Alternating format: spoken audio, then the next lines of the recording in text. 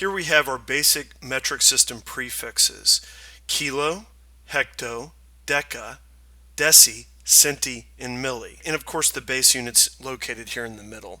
So now we're going to look at the actual multipliers that are used and associated with each prefix. So first, kilo, 10 to the third.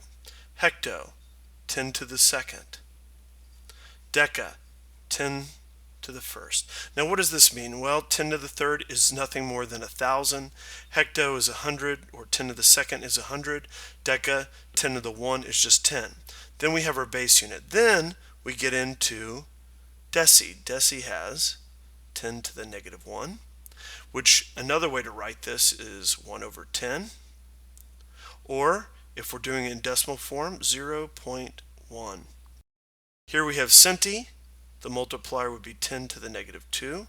And what this really means is